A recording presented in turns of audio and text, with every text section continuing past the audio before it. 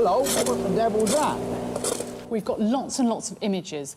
Helen's wading through drawings and plans relating to our site to try and find out why the Victorians thought it was Henry's sacristy, but they're not proving all that helpful.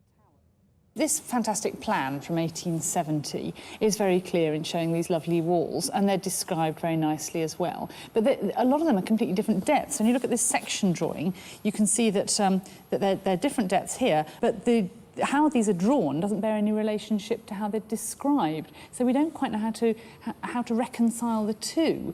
To find out what's really going on, there is no substitute for archaeology. Oh, wow, look at that. It's good news in the trenches. Something's been cut in there. Because it looks like the Victorians have left some walls for us to look at. What we've got to do now is hope that we find the other edge of it on this side.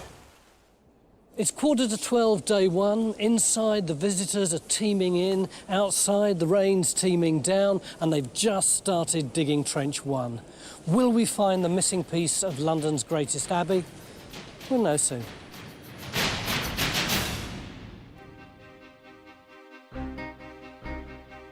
Westminster Abbey's sumptuous design nearly bankrupted Henry III when he built it in the 13th century. Most of it's still standing, but there's one important room missing, his great sacristy. Despite terrible weather on day one, by the afternoon, Phil's found some walls, although he's not convinced they're anything to do with the sacristy. When you look at the stonework, it looks very fresh. I can't really believe that it is the sacristy. No, it definitely isn't, not yet. But then you tell me it is not part of this much, much later cellar that we know appears on the plans. If you look at those plans, you can see the wall line coming out here. That's to that point there, and it shows the cellar on this side. And if you look at the radar shows the cellar here.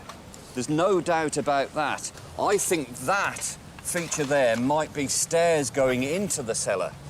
Do we care about this cellar if it's much later? Yes, what we've got to do is establish where we are on this plan. So if we can prove those are stairs, then we know that we're on the money. The dig's really beginning to get underway now. Phil expands the trench to check whether John's right about the position of the cellar. That's not very old, Phil. And once we've located the walls on Scott's plan, we can start to work out whether or not they belong to Henry's sacristy. Well, I reckon whether you like it or not, Concrete capping? that's as far as you're going to go down for a while. We're going to need some pretty convincing archaeological evidence, because on paper, this building looks nothing like an archetypal sacristy, which should be tucked away securely in the heart of the abbey. This is the original sacristy, which was built even before the one that we're excavating for. But what is it about this place that defines it as a sacristy? Well, sacristies have to be very secure because they have all these valuable treasure in them. So the door that you have just come through was originally 3 doors, one beside another, lots of bolts, lots of locks. Then the walls are very substantial. There's a stone vault on the roof. There are no doors, no windows that lead to the exterior. So it's a highly secure space. You've then got these arches in the wall, you see, so you could set cupboards in with the chalices and patterns, gold and silver, and they could have been locked. So that's more security as well. But virtually everything that you've told me that defines a sacristy is hanging off the walls.